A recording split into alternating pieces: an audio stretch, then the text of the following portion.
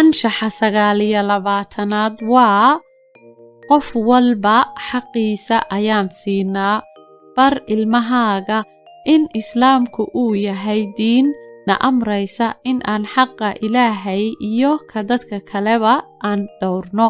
tusaale ahaan Ilaahay xaq buu nagu leeyahay oo ah inaan caabudno, nafteenuna xaq bay nagu leedahay waana daryeelkeeda. dadka kalena xaq bay nagu leeyihiin waa u celinta xaqooga. ogow waxa tahay macalinka koowaad ee ilmahaagu leeyahay. iftiimi mustaqbalka ilmahaaga. waxaad ku iftiimisaa baridda anshaxa wanaagsan ee diinteena iyo dhaqankeenaba si aad uga dhisto caqliga oo aad u koriso dadnimadiisa iyo damiirkiisaba.